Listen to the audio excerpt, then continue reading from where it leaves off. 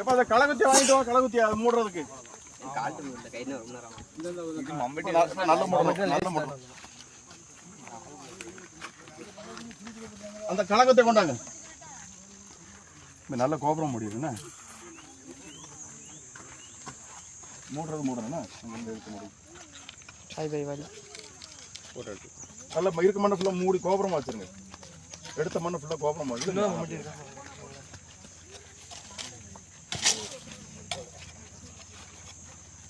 கோபுரம் போட்டு அவ்வளோதான்.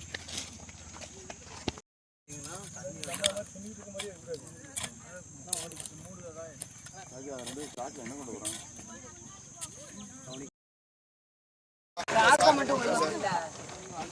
ஃபாரஸ்ட்